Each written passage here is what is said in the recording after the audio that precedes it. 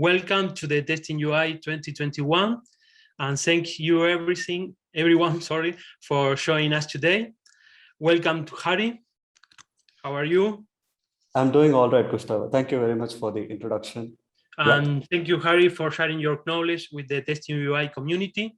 We are very excited that you are joining us today in this testing week. Thank you, and welcome to this talk about shift left your performance testing. My name is Hari Krishnan. I am a consultant and coach. I help companies with cloud transformation, extreme programming, agile and lean. I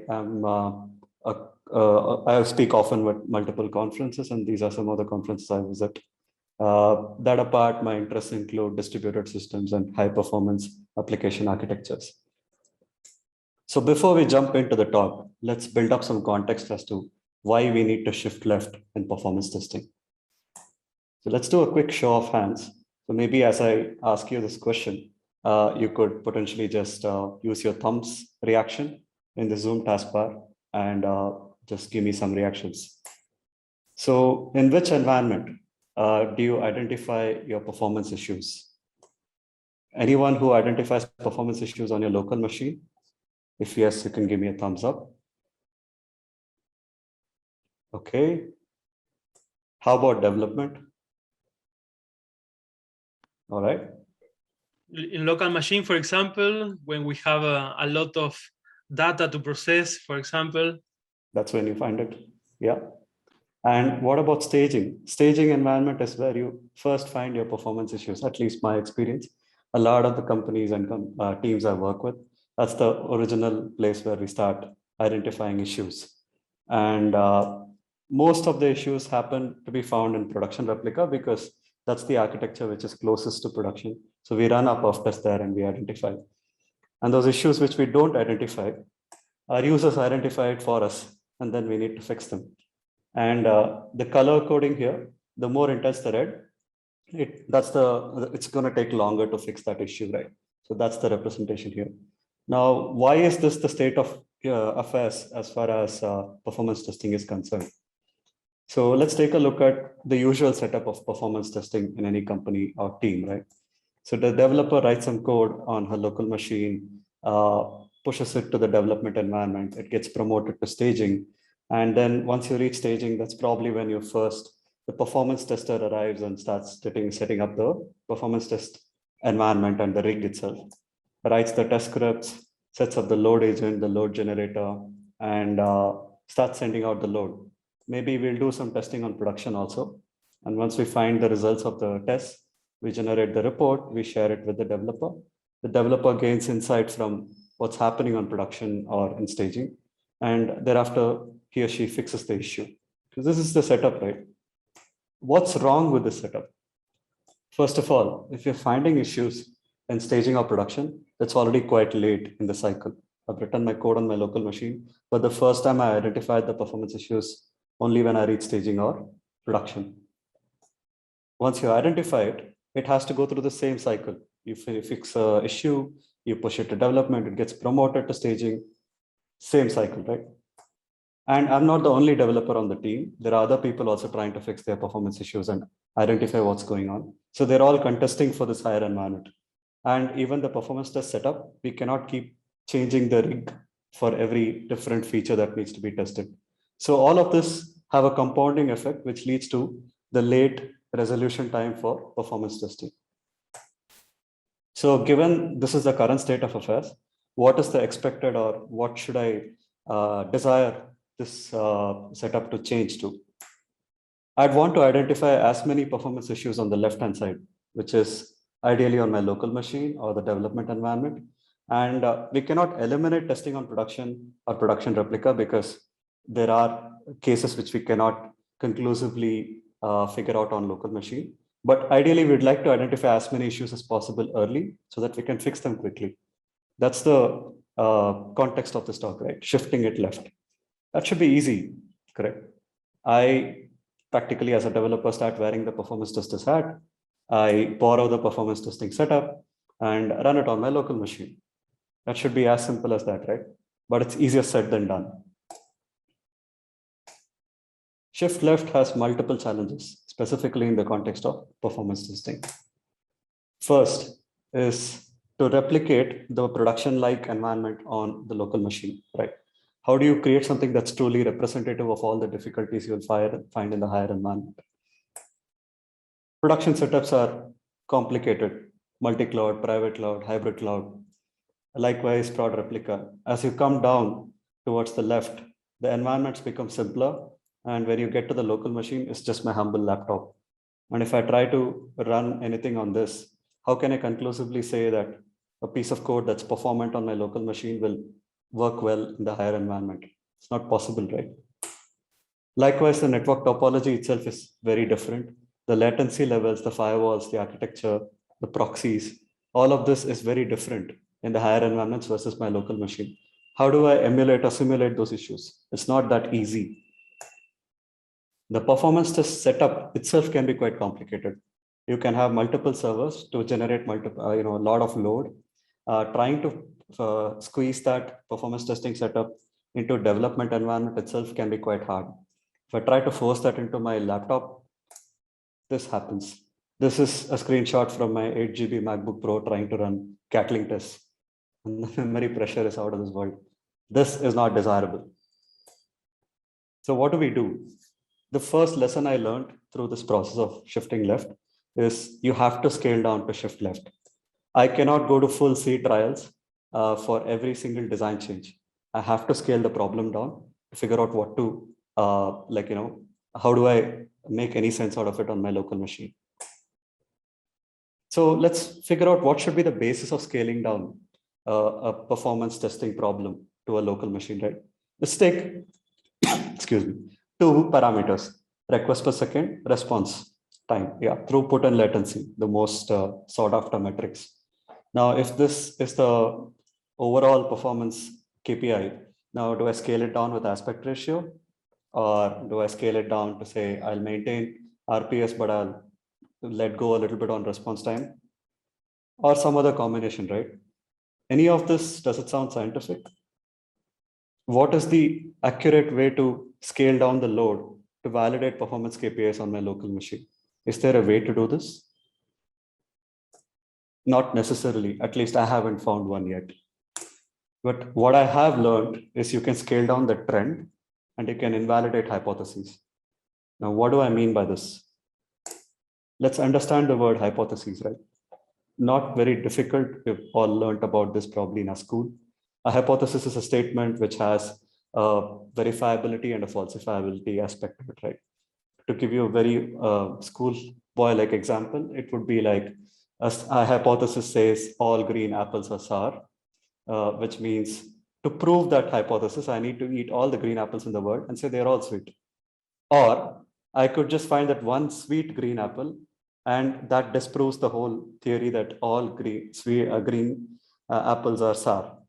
So how do I take a falsifiability, verifiability aspect of hypotheses and apply to performance testing or software engineering? Let's take a look.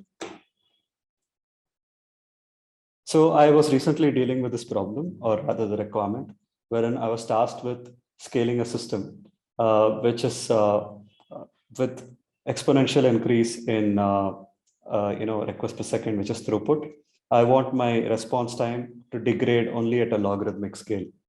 Now, all the numbers here you see are outside of my local machine's capability, right? 10,000 RPS is not something I could achieve. But how do I scale this down to run it on my local machine? Like I said, you can scale the trend.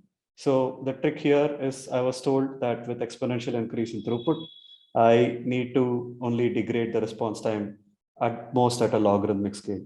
So I scale down to 1, 10, and 100 RPS and see if that trend still fit.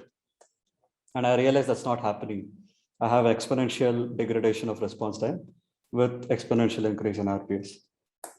So I have disproved the hypothesis, which means I don't go to the next stage for higher environments. Instead, I try to fix as much as I can on my local machine. Once I do that, I realize maybe I have achieved that trend and maybe even done better. Does that mean I can shift to the higher environment? No, not really. This is inconclusive. How can I say that 100 RPS worked on my machine will work on higher environment. Now I'll need to promote this to the staging of production in order to validate this. And I realize it holds out until 1000 RPS. Beyond that, it falls off. So yeah, I fixed some problems. It's all not bad.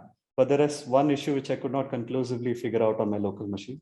So I go to the higher environment and then use that longer feedback cycle to again come back to my local machine, try to emulate that scenario, try a local setup again. And if it's all good, I'll move forward. So with this side of a setup, I prevented the initial issue from percolating from my local machine to the higher environment. I saved on that one issue. I only had to go to the higher environment for the inconclusive piece of the hypothesis. So we're learning through falsifiability of the hypothesis on the left-hand side, on the lower environments. And we are confirming through verifiability on the right-hand side on staging and production. Let's take one more example. This is one of my favorites to scale down problems. I call it with and without or A/B testing. So currently my baseline is I can do 10,000 RPS at 80% CPU without a cache. And I said, one of my vendors said, you take our cache, and with that, you'll be able to hit a 1 million RPS. Right? Very ambitious, but yeah, let's see what happens. Now, both these numbers are extremely out of this world for my local machine. How do I scale this problem down? I don't really care about whether it's 10,000 RPS or 1 million RPS. All I'm trying to do is at certain CPU on my local machine, without the cache, I hit X RPS, request per second. And again, I add the cache and then I hit Y RPS. The least bit I expect is if the cache has made any difference, X and Y should be different. If I achieve that, great. If I've not, then the cache is not making a difference, right? Or I have misconfigured the cache, right? At least that much I can verify. So this is the falsifiability aspect with this A/B testing sort of approach. The second challenge with shifting left is the capacity challenge. The problem with running performance tests within your sprint cycle.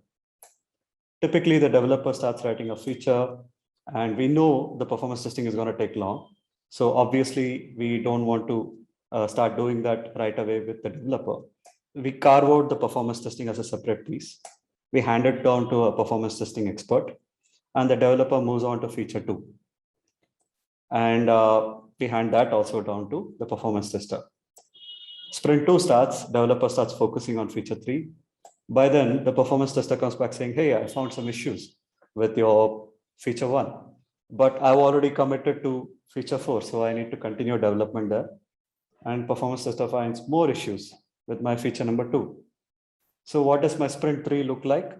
I'm only fixing issues for feature 1 and 2 for the performance. And the performance tester is now reviewing my feature 3.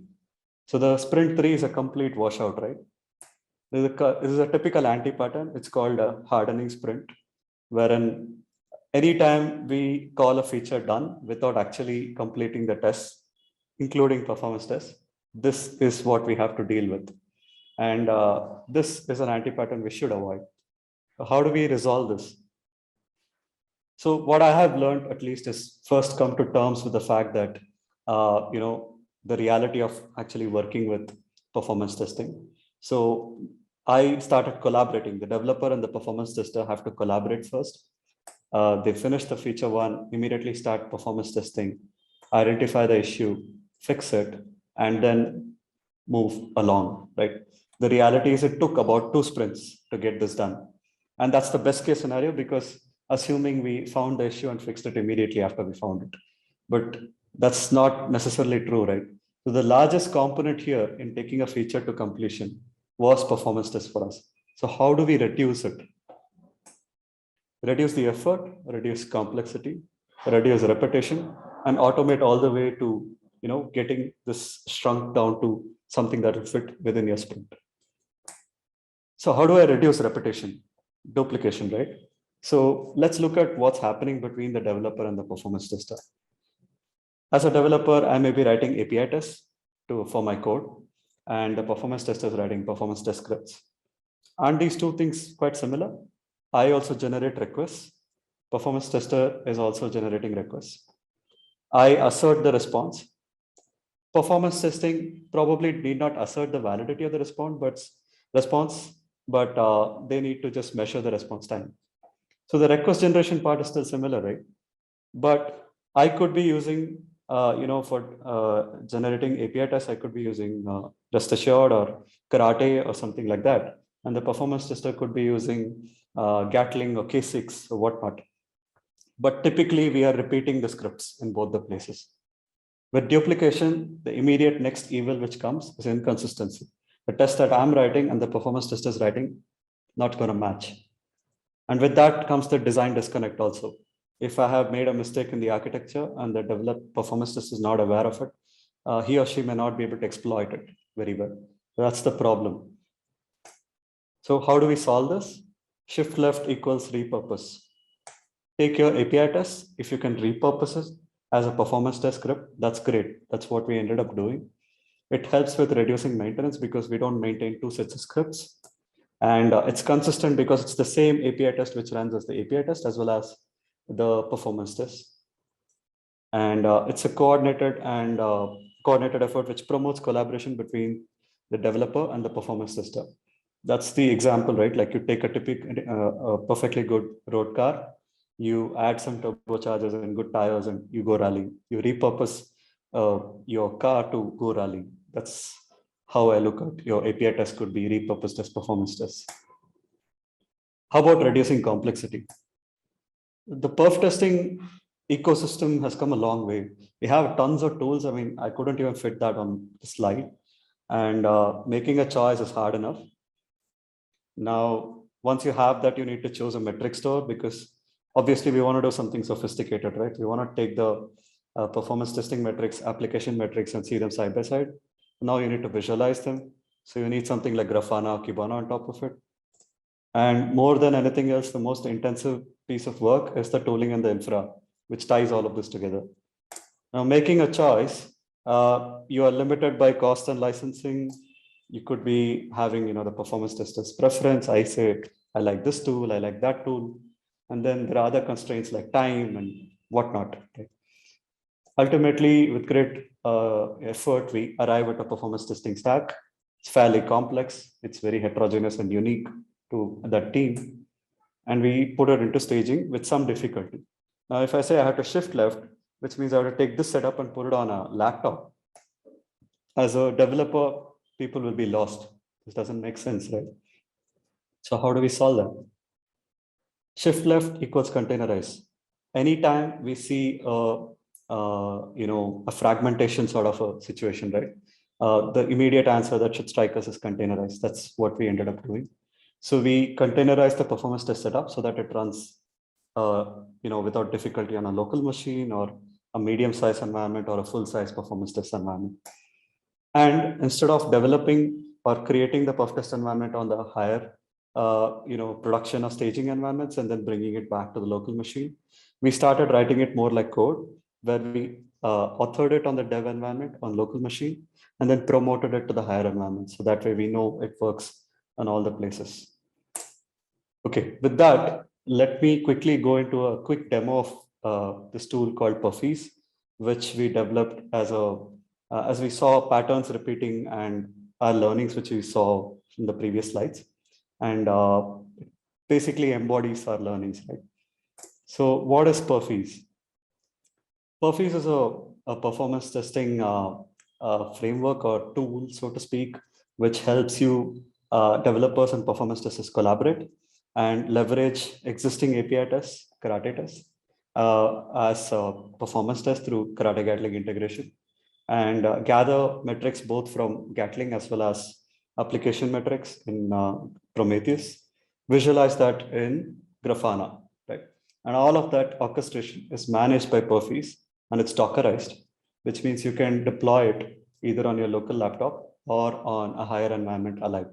It doesn't make any difference. So let's jump right into a live demo of this tool. So I'm gonna start by installing Perfies. Installing Perfies is as easy as downloading the zip file and extracting it to a location of your choice. I've already done that. And once you have done extracting it to your location, I need to export the Perfies home. So I'm going to do that. Now I need a project which already has the Karate feature files, which I can re-leverage as performance tests. So what I'm going to do is take the Karate project's Karate demo, which is a Spring Boot application, and try to convert their first feature file, the greeting.feature, into a performance test. Okay, so I will start off the Spring Boot application here.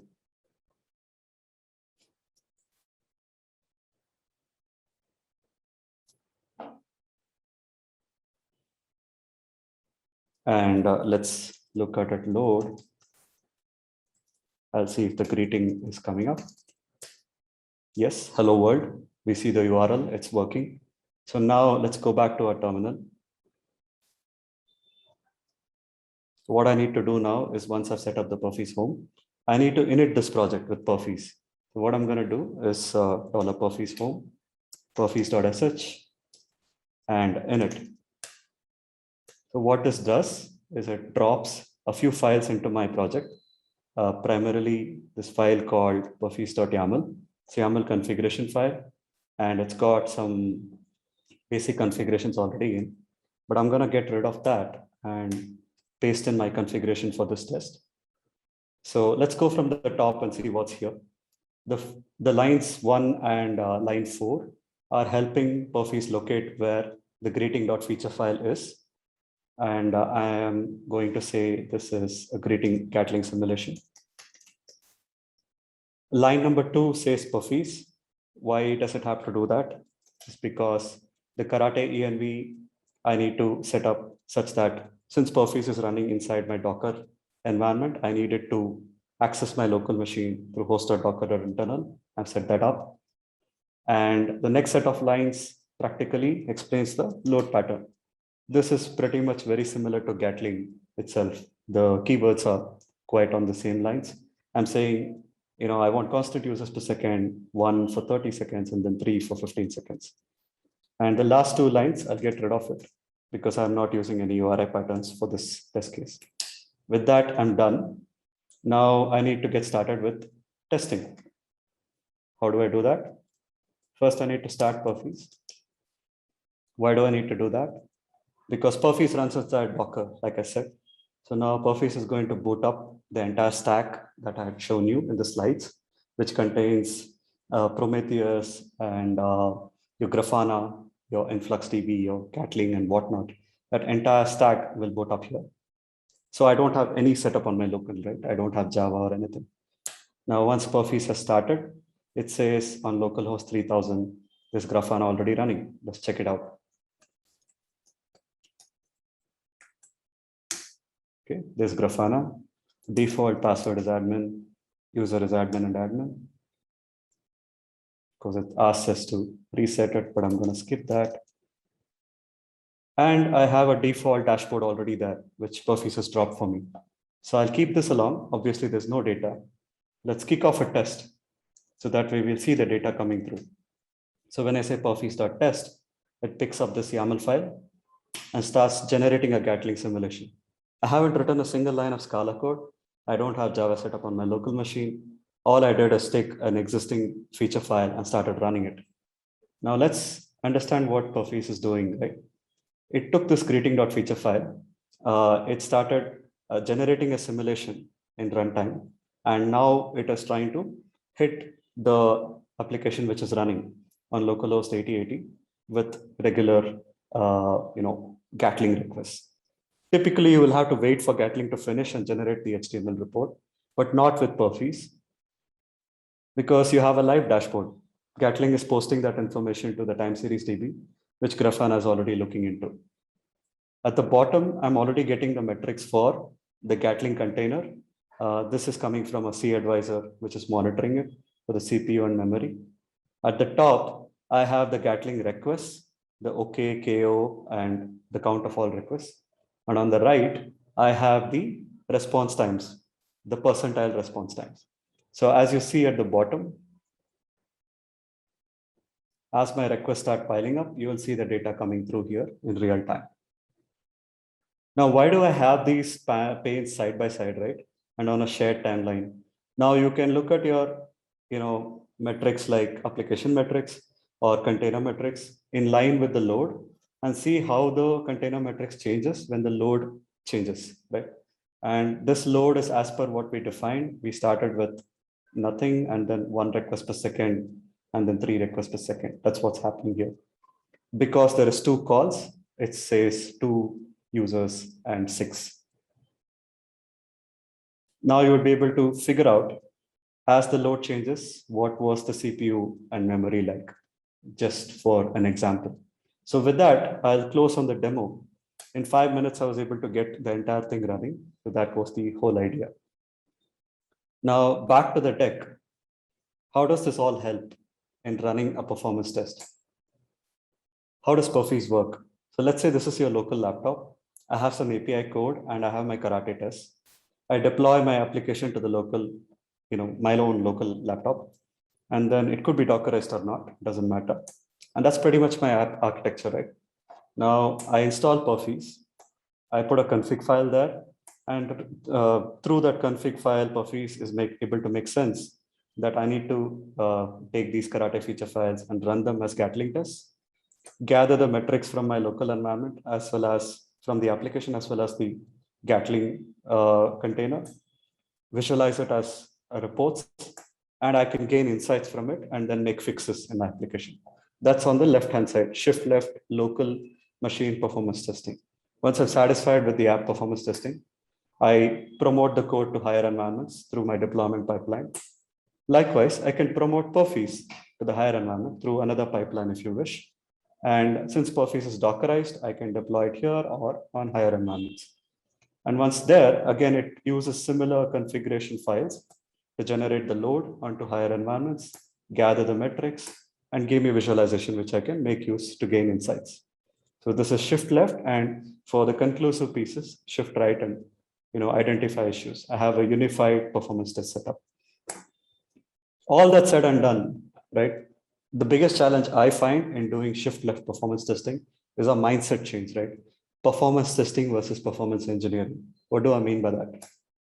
The word performance testing seems to have given us a little bit of a connotation. It says testing, right? So we feel like it's a verification activity. It comes towards the tail end of development, but not really, right? I look at performance testing as a learning exercise, which helps us understand our architecture better and avoid guesswork while building our applications. So that's how I would love performance testing to be seen as, right?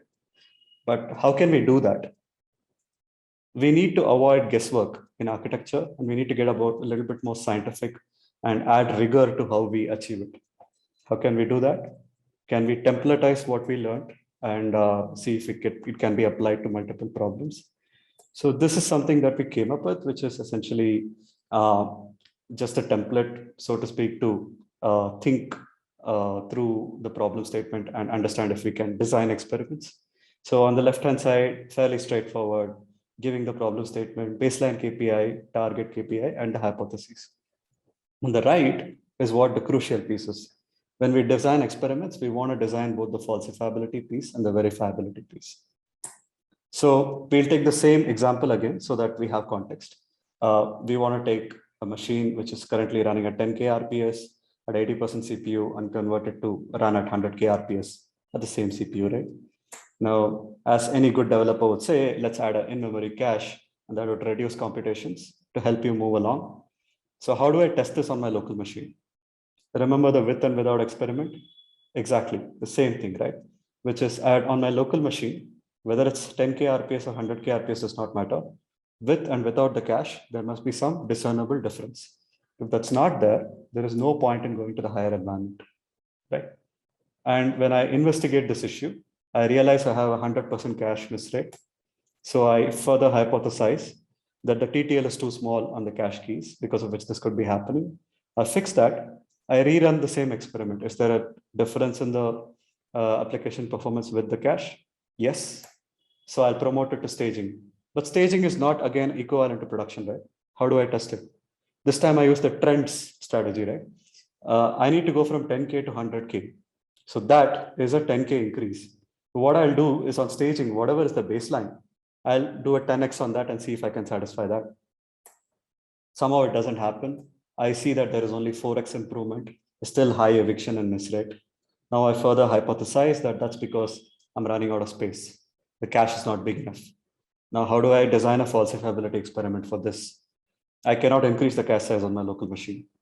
If I cannot prove that increasing cache size will reduce eviction, I could potentially prove that reducing cache size could make eviction worse on my local machine. So that's my falsifiability experiment. Once that succeeds, I'll promote it to the higher environment. That also succeeds. Now I know that I'm good.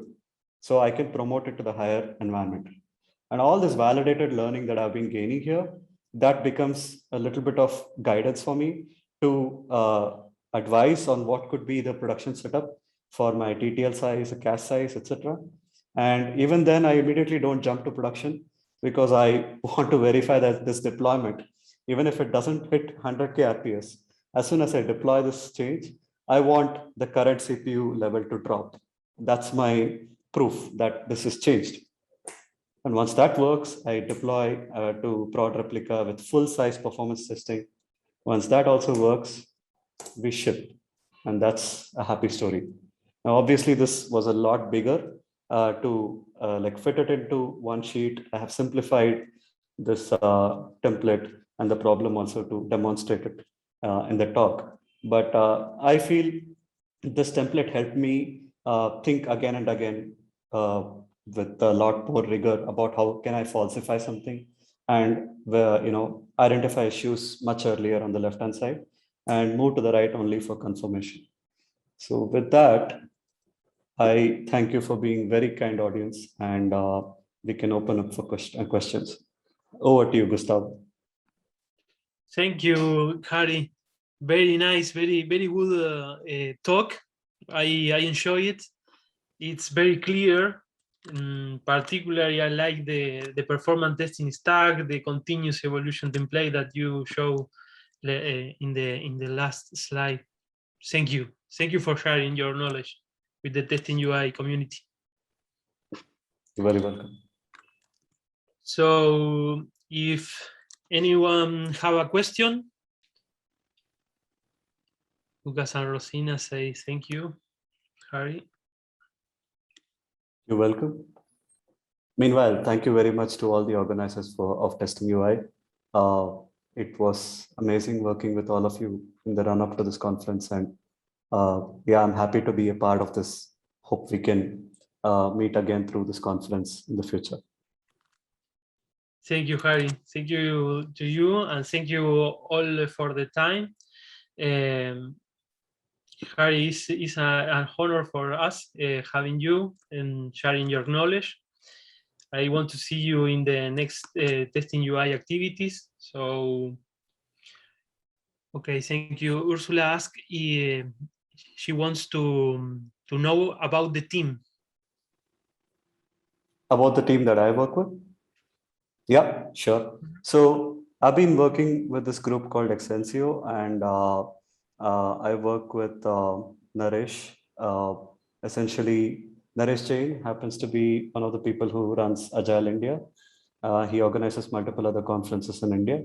So him and I were the ones who were collaborating on this Perfees as a tool.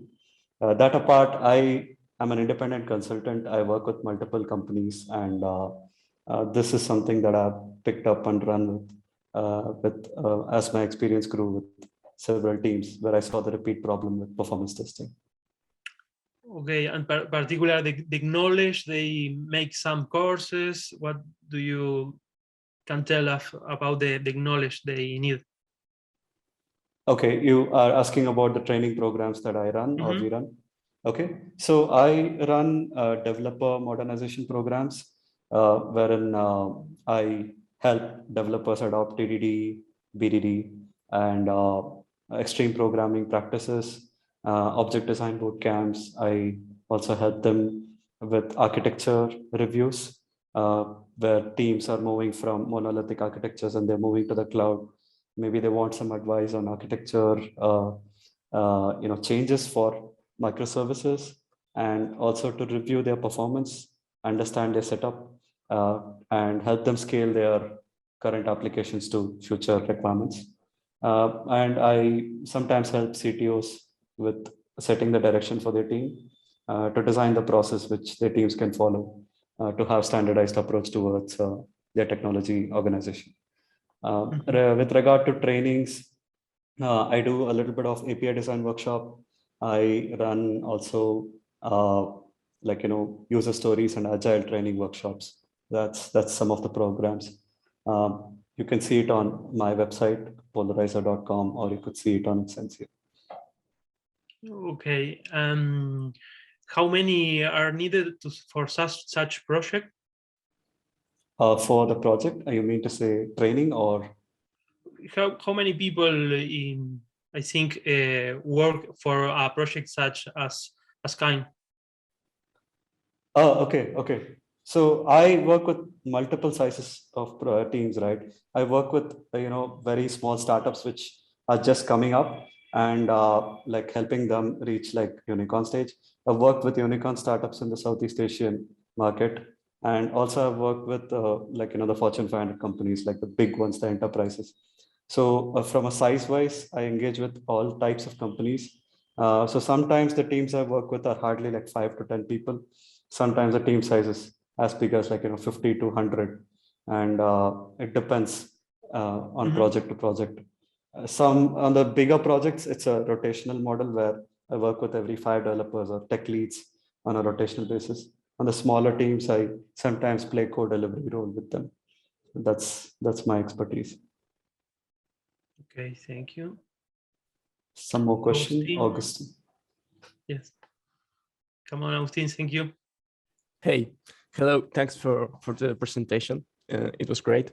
I was about to ask, when it comes to new browsers or new stacks, right, or new applications, right? If you're working with a new application, when do you think it's convenient or will be the right time to start with performance, right? When you're building the small code units, when you have the first prototype, how would you approach performance in a new application from scratch? Thank you, Augustine. That's a great question. So I personally feel in the initial phases of a project, you cannot really think about scalability and all of those things, right? It's okay to just let it go, let the features build up to the point. But maybe when you're going to go live, before that, I would do the first baseline test. The reason I'm doing that performance test is probably not to improve it, but I want a baseline. Like, what is the current status of the project? It could be bad, could be good, doesn't matter. We'll just take that and keep it. Now, as the project progresses, whether I improve the performance or not, on a regular cadence, I keep doing this test to see at least if it is staying the same with the baseline or it's increasing or decreasing. And I'll keep this kind of baseline testing for some time until, like, say, the business increases the requirement to say, I need to scale up now, and I need to identify sizing. I need to do a capacity planning for my architecture and hardware. That's when I have to do extrapolated or, how do you put it? I have to take the current X amount of performance, RPS and latency, and then project it and say how much I need to achieve. For that, I need to get creative and start running more intense performance tests. So in short, initially, I don't do any performance testing at all because I think I can wait for some time. Then before my first live, I do a baseline. I keep continuing the baseline until I just need to maintain. And when I have to do capacity planning for a projected load, that's when I start doing full size on regular cadence. Does that answer your question? Thank you, Harry. Thank you, Austin. I have a question. Have you used Perfis on systems already in production? Thank you, Eduardo. It's a good one. I am currently beta testing Perfis with some of the clients we are working with. And we're slowly trying to figure out if... so the reason I started even writing Perfis is each team had a different performance test setup. It's getting very hard to equate apples and oranges. So what I thought is if we had like one uniform setup, at least within a company, various teams can use the same tool. And with that, with some companies, we are trying to do a beta test now. We're trying to get some bug reports and see how that works. And as we go along, we hope to incorporate more features into it. That's the current state. We currently support only Gatling and Karate for the moment. Hopefully, we'll support other perf testing tools and API testing frameworks. Thank you very much. And contributions are welcome. If you raise a pull request, we'd be more than happy. Okay, so thank you very much again, Harry. Thank you all Thank you for all. the time. So we will stop here so we can see in the next activity. Thank you, Gustavo. Thank you, Ursula.